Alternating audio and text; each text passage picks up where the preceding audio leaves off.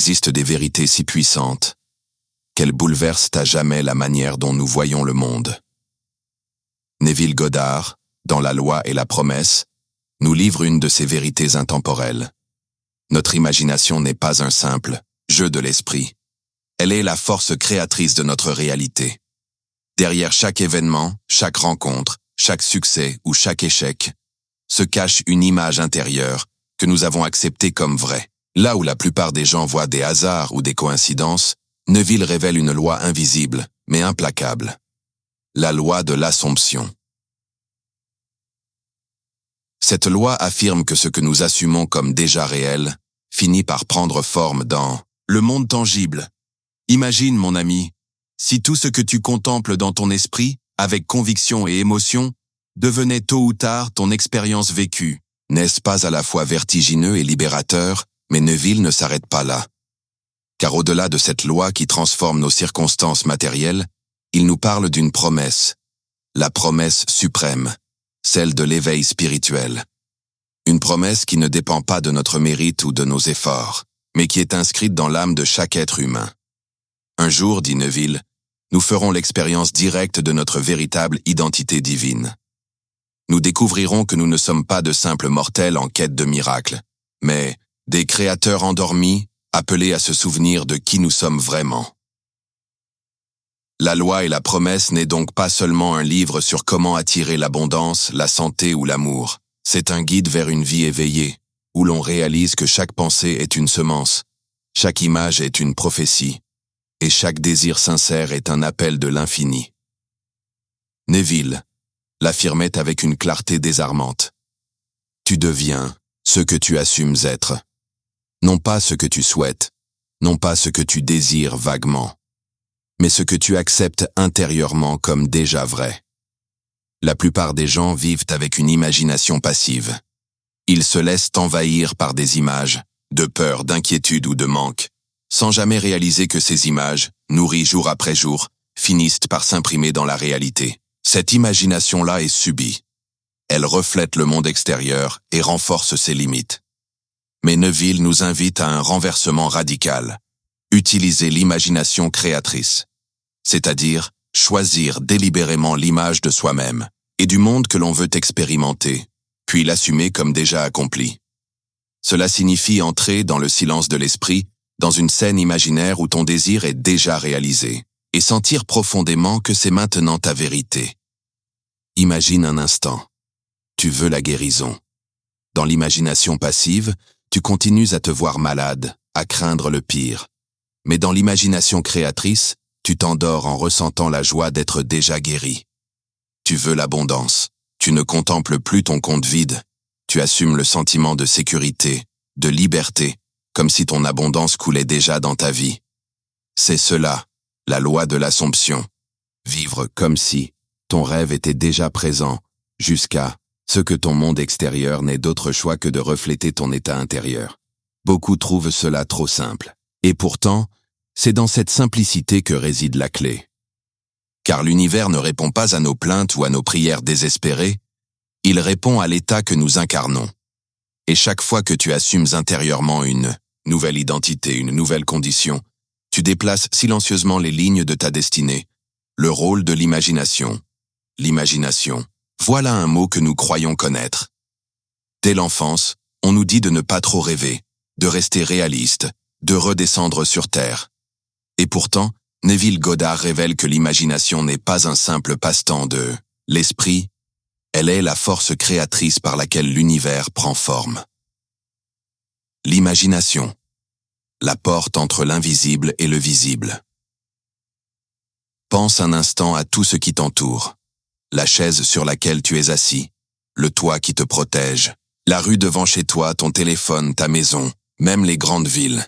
Tout cela, avant d'exister en matière, a d'abord été une image intérieure. Quelqu'un, quelque part, a fermé les yeux et a vu, senti, projeté une idée qui n'existait pas encore. Cette idée a été nourrie, répétée, peaufinée, jusqu'à ce qu'elle se matérialise. C'est ainsi que fonctionne la vie. Rien de ce qui existe n'est né par hasard. Tout est d'abord imagination. L'imagination passive et l'imagination créatrice. Mais il existe deux manières d'imaginer. L'imagination passive, c'est celle que la plupart des gens utilisent sans s'en rendre compte. Elle absorbe le monde extérieur comme une éponge. Elle rumine les échecs, répète les peurs, amplifie les soucis. Cette imagination-là est un miroir déformé, qui reflète sans cesse les limites de ce que nous croyons possible. L'imagination créatrice, en revanche, est un choix conscient. C'est décider d'imaginer non pas ce qui est, mais ce qui peut être. C'est se détacher un instant des circonstances visibles pour embrasser une image intérieure plus grande, plus lumineuse, plus fidèle à notre désir profond. Neville disait « L'homme est toujours en train d'imaginer. Mais seuls ceux qui dirigent leur imagination savent qu'ils créent leur destin. 3. Le monde est votre miroir. Voici une vérité qui bouleverse. Le monde extérieur n'est rien d'autre que le reflet de ton monde intérieur. Chaque relation, chaque réussite, chaque obstacle, chaque hasard n'est qu'un miroir, tendu par la vie. Si, au fond de toi, tu te vois comme indigne, rejeté ou limité, tu rencontreras des situations qui confirmeront ce sentiment. Mais si tu assumes en toi une identité de confiance, d'amour et d'abondance, le miroir du monde te le renverra sous forme de faits concrets. C'est pourquoi Neville affirmait « Change ton imagination intérieure et tu changeras ton monde extérieur. » 4. Des exemples concrets. Imagine une personne qui a toujours cru que l'argent est difficile à obtenir. Chaque mois, elle lutte pour payer ses factures, et chaque dépense devient un fardeau. Cette personne vit dans un état constant de manque, et son imagination nourrit, jour après jour, l'image de la difficulté. Que reflète alors le monde extérieur? Encore plus de factures, encore plus d'imprévus. Mais si cette même personne commence à cultiver intérieurement une autre image, celle d'une vie fluide, où l'argent circule librement, où elle se sent déjà soutenue et abondante, alors, peu à peu, son extérieur se réorganise. Des opportunités apparaissent, des aides inattendues surgissent, et sa réalité se transforme. Ou prends l'exemple de la santé. Quelqu'un peut se voir comme une victime de la maladie, imaginer sans cesse les symptômes, répéter l'histoire de sa souffrance. Cette image intérieure devient une prison. Mais s'il ose entrer dans son imagination créatrice et se voir déjà guéri, déjà libre, déjà vibrant d'énergie, alors il commence à aligner son corps sur cette vision. Ce n'est pas magie, c'est la loi de l'esprit. 5. L'imagination, comme prière silencieuse. Pour Neville, toute prière authentique n'est rien d'autre qu'un acte d'imagination. Ce n'est pas réciter des mots en espérant un miracle. C'est entrer dans un état où ton désir est déjà accompli. C'est ressentir la joie de l'exaucement avant même qu'il ne se produise. Voilà pourquoi il disait que sentir, c'est créer. Car tu ne reçois pas ce que tu veux. Tu reçois ce que tu es capable d'imaginer et de ressentir comme déjà réel. Le défi intérieur. Beaucoup se disent « Mais comment puis-je imaginer ce que je ne vois pas encore ?» La réponse est simple mais exigeante. Tu dois accepter de croire l'invisible plus que le visible. Cela demande de la foi, de la persistance, de la discipline intérieure. Mais chaque fois que tu choisis consciemment ton image intérieure, tu poses une brique dans l'édifice de ton futur. En vérité, mon ami, tu es déjà un maître de l'imagination. La seule question est, es-tu maître de tes images? Ou es-tu esclave des images que le monde t'impose? La promesse. L'éveil de l'homme intérieur. Jusqu'ici, Neville nous a montré la puissance de la loi, l'assomption créatrice, l'imagination dirigée, la capacité de transformer notre monde par nos images intérieures. Mais la loi et la promesse ne s'arrêtent pas là, car derrière les manifestations visibles, argent, santé, relations, succès, se cache une dimension infiniment plus élevée, la promesse. La promesse au-delà des désirs terrestres. Tu peux utiliser la loi pour obtenir ce que tu veux, dans ce monde. Et tu le dois, car c'est ton droit. Mais la promesse va plus loin. Elle te rappelle que tu n'es pas simplement un être humain qui expérimente des réussites matérielles. Tu es un être divin en train de se souvenir de sa vraie nature. La promesse, c'est l'assurance que, tôt ou tard, chaque âme fera l'expérience de son unité avec Dieu. Ce n'est pas une possibilité lointaine. C'est une certitude inscrite au plus profond de toi. 2. Le Fils de Dieu en toi. Neville parlait de ce moment sacré où l'homme intérieur s'éveille. Un jour, dit-il, l'humanité entière fera l'expérience que l'histoire biblique n'est pas extérieure, mais intérieure. Le Fils de Dieu, dont parlent les Écritures, n'est pas quelqu'un d'autre. C'est le Christ intérieur qui sommeille en toi. Et la promesse est que ce Christ se lèvera, se révélera, et que tu connaîtras par expérience que tu es un avec la source de toute vie. Pense à cela, mon ami. Tu ne cherches pas Dieu quelque part dans le ciel, ni dans des temples extérieurs. Tu découvres que Dieu vit déjà en toi, que tu es porteur de la semence divine, et que cette semence est destinée à éclore. Le retour à l'état divin. La promesse est un rappel. Ton voyage sur Terre n'est pas seulement d'accumuler des biens ou de surmonter des obstacles. Ton voyage est de te souvenir, de revenir à l'origine, de retrouver ton état divin, mais cette fois avec conscience. C'est pourquoi Neville disait que la promesse n'est pas méritée par les bonnes actions ou par des efforts. Elle ne dépend pas de tes succès ou de tes échecs. Elle est inévitable. Un jour, dans cette vie ou dans une autre, tu vivras cette expérience intérieure, l'éveil de l'homme divin en toi. Le témoignage de Neville. Neville lui-même disait avoir vécu cette promesse. Il parlait de visions intérieures, où les symboles bibliques prenaient vie en lui. La naissance de l'enfant divin, la résurrection intérieure, l'ascension de la conscience. Pour lui, ces expériences n'étaient pas des métaphores, mais des réalités spirituelles que chaque être humain vivra au moment juste. Pourquoi cette promesse change tout? Comprendre la loi te donne le pouvoir de changer ta vie ici et maintenant. Mais comprendre la promesse te donne la paix, car tu réalises que peu importe tes luttes, peu importe tes erreurs, il existe en toi une destinée inaltérable, le retour à ton état divin. La loi transforme tes circonstances. La promesse transforme ton être. Et toi, que ressens-tu en entendant cela? Peut-être une étincelle d'espérance, une intuition silencieuse que cette vérité est déjà en toi. Car ce que tu cherches, mon ami, n'est pas au loin. C'est ton être le plus intime qui attend d'être reconnu. Histoire réelle, de manifestation.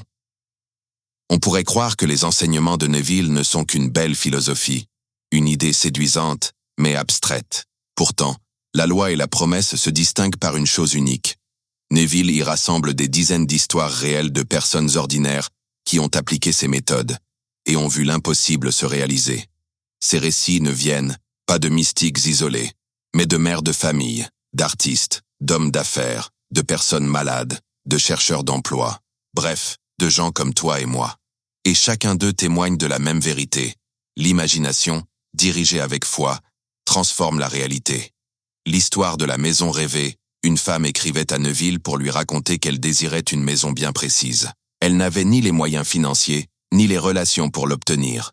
Pourtant, chaque soir avant de dormir, elle pratiquait la technique de l'Assomption. Dans un état de détente profonde, elle s'imaginait marcher dans cette maison, toucher ses murs, sentir l'odeur du bois, fermer les yeux et s'endormir dans la chambre de ses rêves. Quelques mois plus tard, par une succession d'événements imprévus, cette maison devint sienne, exactement celle qu'elle avait vue en imagination. L'artiste sans travail, un jeune artiste sans emploi et désespéré, décida d'appliquer l'enseignement de Neville. Chaque nuit, au lieu de céder à la peur, il s'endormait en se voyant déjà sur scène, acclamé par un public, ressenti comme une étoile montante. Très vite, une audition inattendue se présenta. Son talent fut reconnu et en peu de temps, il obtint le rôle qui lança sa carrière. Ce qu'il avait assumé intérieurement avec constance finit par se manifester, sans effort forcé, la guérison inespérée. Une autre histoire concerne une femme souffrant d'une maladie que les médecins déclaraient incurable. Au lieu de céder au désespoir, elle choisit d'utiliser son imagination comme un médicament spirituel. Chaque soir, elle s'endormait en ressentant la joie d'être déjà guérie. Elle visualisait ses proches la félicitant. Elle se voyait courir, marcher, respirer librement et, peu à peu, Contre toute attente médicale, sa santé se rétablit. Elle écrivit à Neville pour lui dire que la loi de l'imagination avait accompli ce qu'aucun traitement n'avait pu faire. La force des preuves. Ces récits ne sont pas isolés. La loi et la promesse regorgent d'histoires similaires. Promotion professionnelle, mariages heureux, voyages inattendus, dettes effacées, opportunités surgissant du néant. Chaque témoignage vient rappeler une chose essentielle. Il ne s'agit pas d'une théorie séduisante, mais d'une pratique qui fonctionne, encore et encore, lorsqu'elle est appliquée avec persistance. Neville disait « L'homme ne vit pas de ses conditions présentes, mais de l'état qu'il assume être vrai ». Et ces histoires montrent que, lorsque nous changeons d'état intérieur, les faits extérieurs se plient silencieusement à notre nouvelle identité. Pourquoi ces récits touchent autant? Parce qu'ils brisent la barrière du doute. Il est facile de penser. Peut-être que cela marche pour certains, mais pas pour moi. Mais quand tu lis des témoignages de personnes simples, confrontées aux mêmes difficultés que toi, tu comprends que la loi est universelle. Elle ne demande pas un don spécial, ni un statut social, ni des années d'études. Elle demande une seule chose. Oser imaginer et sentir que ton désir est déjà accompli. Et toi, quelles histoires intérieures choisis-tu de nourrir? Car, qu'elles soient conscientes ou non, elles écrivent déjà ton futur. Avant de continuer avec les prochaines révélations de Neville, j'aimerais te poser une question, à toi qui écoutes en ce moment. As-tu déjà vécu une situation où tu as pensé très fort à quelque chose, et d'une manière presque étrange, la vie te l'a apporté? Peut-être une rencontre inattendue, une opportunité, ou même un simple signe qui ressemblait à une réponse directe à ton imagination. Si oui, partage-le dans les commentaires. Raconter ton histoire, même en quelques mots, peut inspirer quelqu'un d'autre à croire davantage en son propre pouvoir créateur. Et si tu n'as jamais encore expérimenté cela consciemment, reste bien jusqu'à la fin, car je vais te montrer une technique précise que tu pourras utiliser dès ce soir. Les techniques pratiques. La beauté de l'enseignement de Neville est qu'il ne reste pas dans les nuages. Il ne se contente pas de dire que l'imagination crée la réalité. Il nous donne des méthodes claires, applicables dès aujourd'hui. La technique du sommeil. SAT, State Akin to Sleep. Neville insistait beaucoup sur cet état particulier entre veille et sommeil, ce moment où ton corps s'endort mais où ton esprit reste encore éveillé, flottant entre deux mondes. Pourquoi ce moment est-il si puissant? Parce qu'alors, les barrières de la raison tombent. L'esprit critique qui doute s'affaiblit. Et l'inconscient devient accessible, prêt à recevoir les images que tu lui offres. Voici comment pratiquer. Le soir, allonge-toi dans ton lit, relâche chaque muscle, laisse ton souffle devenir tranquille. Quand ton corps est lourd, mais ton esprit encore éveillé, imagine une scène simple, courte, qui impliquerait que ton désir est déjà réalisé. Répète cette scène doucement, encore et encore jusqu'à ce que tu la ressentes comme vraie. Puis laisse-toi glisser dans le sommeil. Cette méthode, pratiquée nuit après nuit, imprime dans l'inconscient la réalité désirée. Et ce que l'inconscient accepte comme vrai, le monde extérieur finit par l'exprimer. La visualisation, ressenti. Il ne s'agit pas seulement de voir mentalement ton désir, il s'agit de le ressentir. Si tu veux l'abondance, imagine-toi en train de payer librement tes factures, de partager généreusement avec tes proches, de vivre la sécurité financière. Ressens la liberté, la joie, la légèreté. Si tu veux l'amour, imagine une étreinte, un regard tendre, une présence à tes côtés. Ressens la chaleur, la gratitude, l'évidence que c'est déjà accompli. Neville disait, « Tu ne reçois pas ce que tu veux, tu reçois ce que tu ressens être vrai. » C'est pourquoi l'émotion est la clé. Elle est la colle qui fixe l'image dans ta conscience.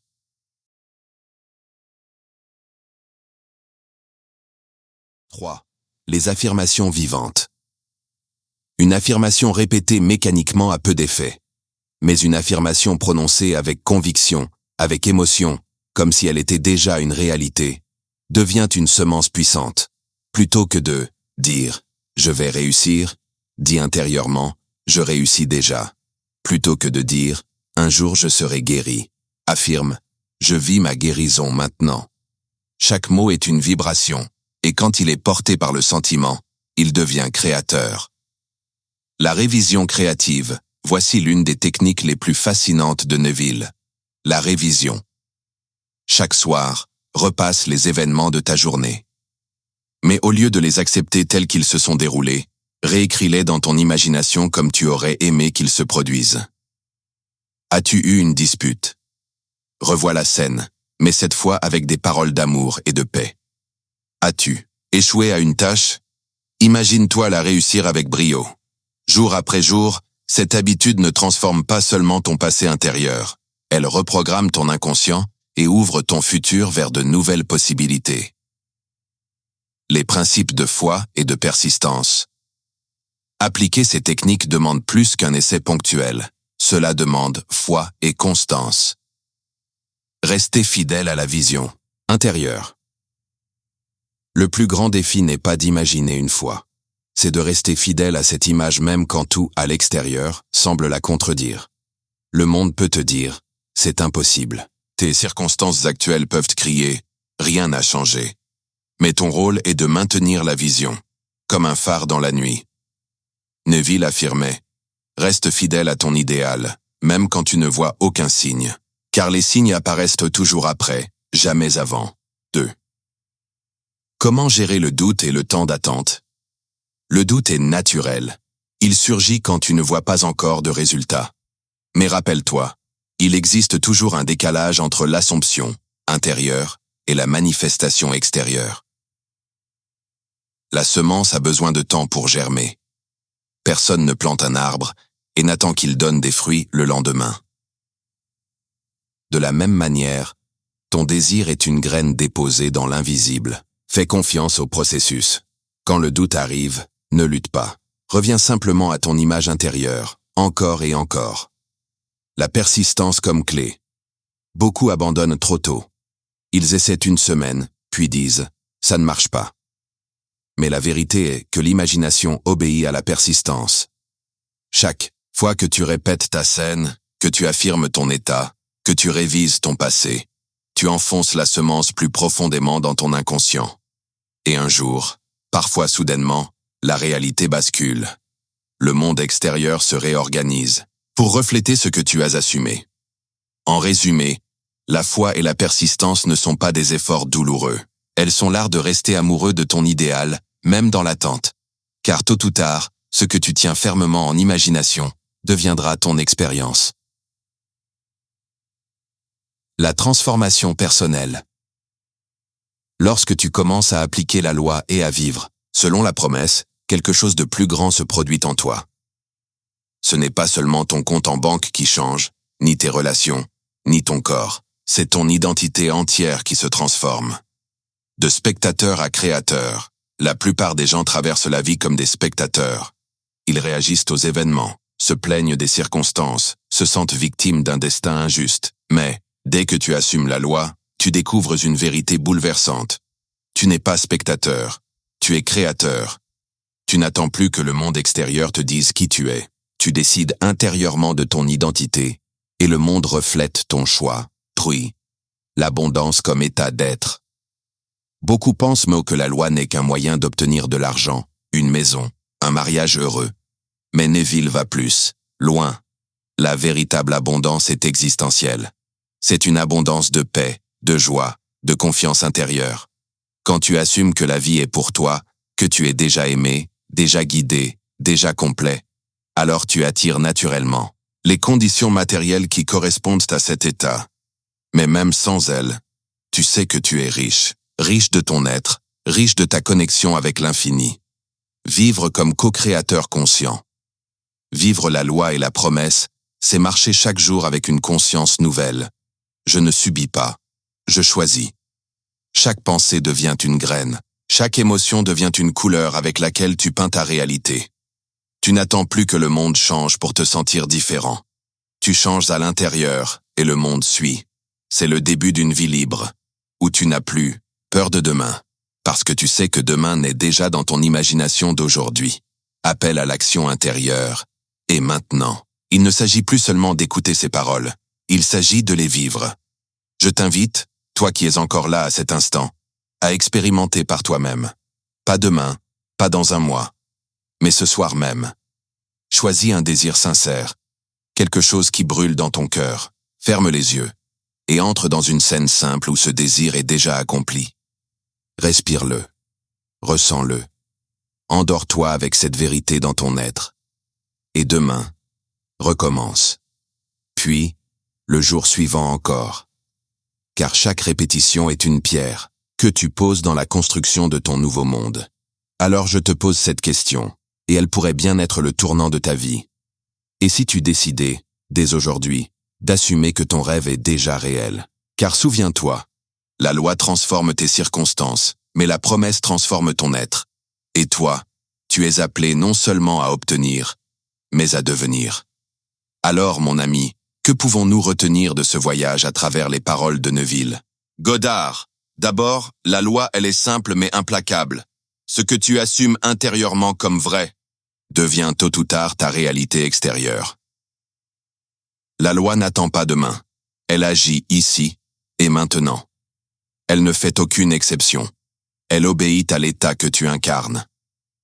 Lorsque tu changes tes images intérieures, ton monde extérieur n'a pas d'autre choix que de se réorganiser pour refléter ta nouvelle identité. Voilà pourquoi tant d'hommes et de femmes ont vu leur vie basculer en appliquant ces techniques, parce qu'ils ont cessé de subir et ont commencé à choisir. Mais il y a aussi la promesse, et cette promesse est plus grande que tout désir matériel. Elle révèle que ton destin ultime n'est pas seulement de posséder ou de réussir, mais de te souvenir de ta véritable nature divine. Un jour, chacun de nous fera l'expérience de cette vérité sublime. Nous ne sommes pas des êtres limités cherchant Dieu au dehors. Nous sommes des expressions de Dieu lui-même, s'éveillant de l'oubli.